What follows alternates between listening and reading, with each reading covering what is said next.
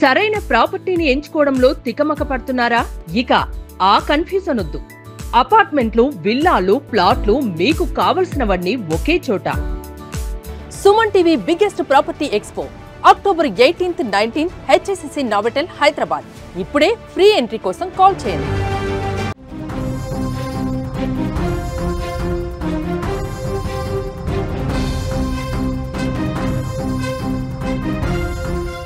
AC sleeper బస్సులో ఘోర ప్రమాదం చోటు చేసుకుంది.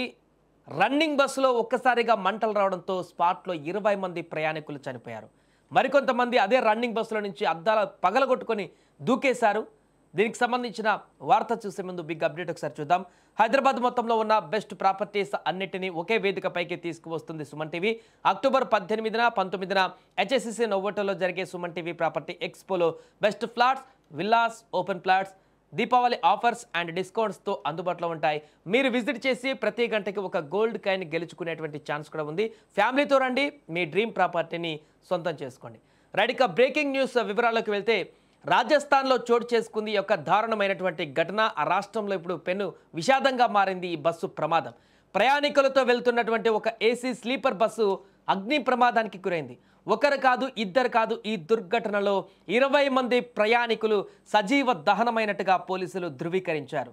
మంటలు అకస్మాత్తుగా చెలరేగడంతో ప్రయాణికులకు తప్పించుకునే అవకాశం లేకుండా పోయింది. జైసల్మేర్ జోధ్పూర్ జాతీయ రహదారిపైన ఈ యొక్క దారుణ సంఘటన జరిగింది.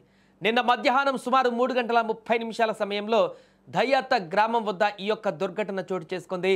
బస్సు రన్నింగ్లో ఉన్న సమయంలోనే ఆకస్మికంగా మంటలు ఒక్కసారిగా చెలరేగాయి. నిమిషాల వ్యవధిలోనే ఆ మంటలు బస్సు మొత్తం కూడా వ్యాపించాయి. బస్సు స్లీపర్ కోచ్ కావడంతో ప్రయాణికులు తమ బెర్తులలో నిద్రిస్తున్నారు.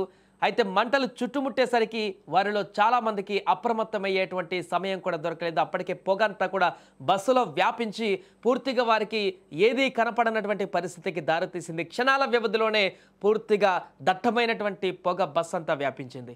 స్లీపర్ బస్సు కాబట్టి విండోస్ అన్నీ కూడా ఆటోమేటిక్గా క్లోజ్ అయి ఉంటాయి, అన్ని గ్లాసెస్తో కూడా ఉంటాయి కాబట్టి వెంటనే గ్లాస్ తెరుచుకొని దూకడానికి కూడా వారికి ఆ సమయం కూడా లేకపోయింది. దీంతో అక్కడ సజీవ దహనమయ్యారు అందులో ఉన్నటువంటి ప్రయాణికులు 20 మంది వరకు. బస్సులో మొత్తం 57 మంది ప్రయాణికులు ఉన్నట్టుగా సమాచారం.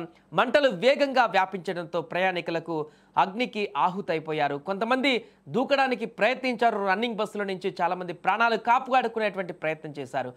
అందులో భాగంగానే ప్రాణాలను రక్షించుకునేందుకు గాను నడుస్తున్నటువంటి బస్సుల నుంచి కిందకు దూకేశారు. అద్దాలను పగలగొట్టుకొని, చేతికి ఏది అందితే అది దాంతో ఆ అద్దాలను పగలగొట్టుకొని కిందికి దూకారు ఆ రన్నింగ్లో నుంచి. దీంతో వారికి తీవ్ర గాయాలయ్యాయి. వారిని ఆసుపత్రికి తరలించారు. కొంతమంది ప్రాణాలతో బయటపడ్డారు కాబట్టి.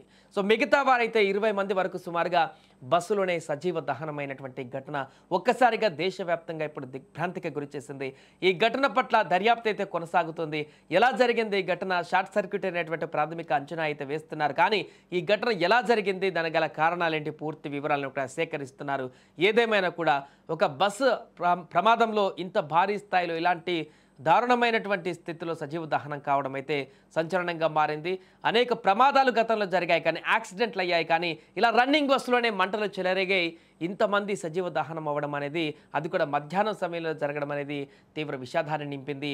రాజస్థాన్లో ప్రస్తుతం ఈ యొక్క ప్రమాదానికి సంబంధించినటువంటి అంశము సంచలనంగా మారింది.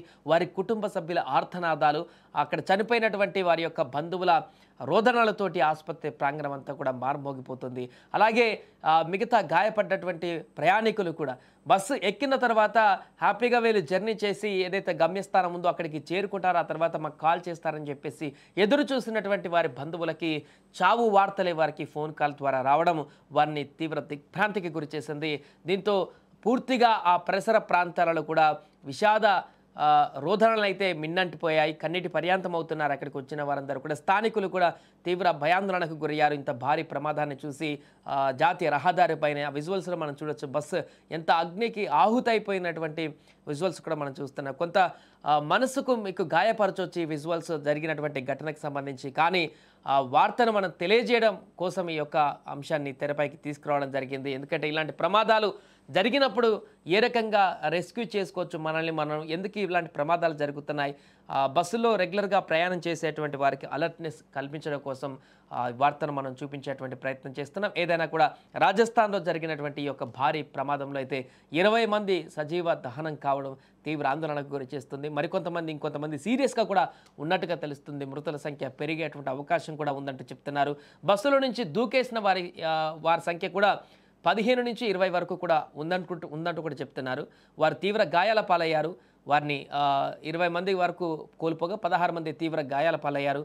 సో గాయపడ్డ వారిని అందరినీ కూడా హాస్పిటల్కు చేర్పించారు. అలా 2 చిన్నారులు 4 మహిళలు కూడా ఉన్నట్టుగా చెప్తున్నారు.